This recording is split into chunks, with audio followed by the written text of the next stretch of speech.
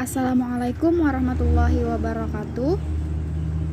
Kembali lagi bersama saya Yulia Sari pada materi pembelajaran kimia.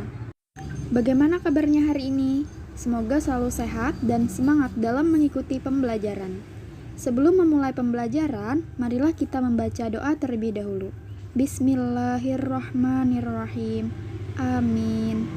Pada video kali ini, kita akan belajar kimia pada materi larutan elektrolit dan non-elektrolit. Adapun tujuan pembelajaran kita pada hari ini yaitu siswa mampu membedakan larutan elektrolit kuat, larutan elektrolit lemah, dan non-elektrolit berdasarkan alat uji elektrolit, kemampuan terionisasi, dan derajat ionisasi. Masuki materi. Nah, di situ ada tulisan apa itu larutan. Larutan adalah campuran homogen antara zat terlarut dengan pelarut. Contohnya larutan garam dan larutan gula.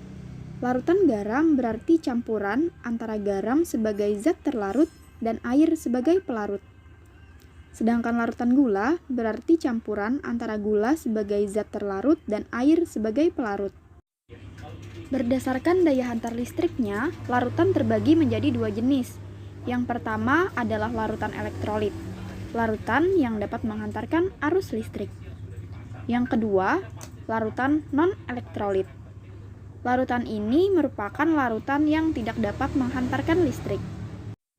Nah, ternyata suatu larutan elektrolit dapat menghantarkan listrik karena dalam larutan tersebut terkandung ion-ion yang bergerak bebas. Semakin banyak ion yang terdapat dalam larutan, maka makin kuat daya hantar listriknya. Jadi, larutan elektrolit ini terbagi lagi menjadi dua. Yang pertama disebut larutan elektrolit kuat. Berarti daya hantar listriknya kuat ya, karena mengandung banyak ion. Nah, yang kedua merupakan larutan elektrolit lemah. Artinya daya hantar listriknya lemah, karena ionnya sedikit. Untuk non-elektrolit, karena tidak dapat menghantarkan listrik, berarti tidak mengandung ion. Sekarang kita akan bahas perbedaan lain antara elektrolit kuat, elektrolit lemah, dan non-elektrolit. Yang pertama adalah berdasarkan alat uji elektrolit. Jika elektrolit kuat kita uji pada alat elektrolit, maka akan menyebabkan lampu menyala dan ada gelembung gas yang banyak. Kemudian, jika yang diuji adalah larutan elektrolit lemah, kemungkinan yang terjadi adalah lampu menyala redup atau tidak menyala, tetapi tetap ada sedikit gelembung gas. Sedangkan untuk larutan non-elektrolit akan menyebabkan lampu tidak menyala dan tidak ada gelembung gas pada alat uji elektrolit.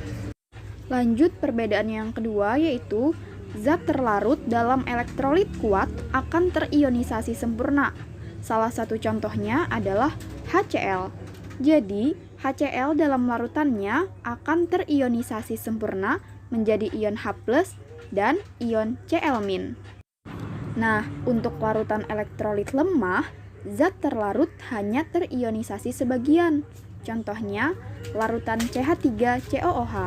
Jadi, CH3COOH dalam larutannya tidak semua ion berubah menjadi ion CH3COO- dan ion H+. Jadi, masih ada yang terdapat dalam bentuk molekul CH3COOH.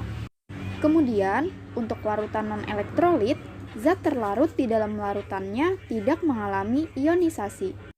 Lanjut ke perbedaan berikutnya. Larutan elektrolit kuat memiliki derajat ionisasi atau alfa sama dengan 1. Nah, itu artinya jumlah mol yang terionisasi sama dengan jumlah mol mula-mula. Sedangkan larutan elektrolit lemah memiliki derajat ionisasi atau alfa lebih dari 0 atau kurang dari 1. Nah, ini menunjukkan mol terionisasi lebih kecil dari mol mula-mula. Kemudian, untuk larutan non-elektrolit, karena tidak terionisasi, maka derajat ionisasi atau alfa sama dengan 0. Itu artinya mol terionisasi sama dengan 0. Sekarang untuk contohnya. Contoh dari larutan elektrolit kuat yaitu HCl, NaCl, KOH, NaOH, dan KCl. Lanjut, contoh larutan elektrolit lemah yaitu asam asetat dan aluminium hidroksida. Selanjutnya, contoh non-elektrolit yaitu urea dan glukosa. Itu tadi penjelasan terkait perbedaan antara larutan elektrolit kuat, lemah, dan non-elektrolit. Sekarang, silakan kerjakan tugas berikut. Apabila ada pertanyaan, silakan tanyakan pada kolom komentar. Untuk tugas, dikumpulkan di Google Classroom ya. Kesimpulan pembelajaran kita pada hari ini, berdasarkan daya hantar listriknya, larutan terbagi menjadi larutan elektrolit dan larutan non-elektrolit. Perbedaan antara larutan elektrolit kuat, larutan elektrolit lemah, dan non-elektrolit dapat dibedakan berdasarkan hasil uji alat elektrolit, kemampuan terionisasi, dan derajat ionisasinya. Untuk mengakhiri pembelajaran kita pada hari ini, marilah kita sama-sama membaca hamdalah. Alhamdulillahirrabbilalamin. Terima kasih. Saya akhiri pembelajaran kita pada hari ini. Salah hilaf mohon maaf. Wabillahi taufiq wal hidayah. Assalamualaikum warahmatullahi wabarakatuh.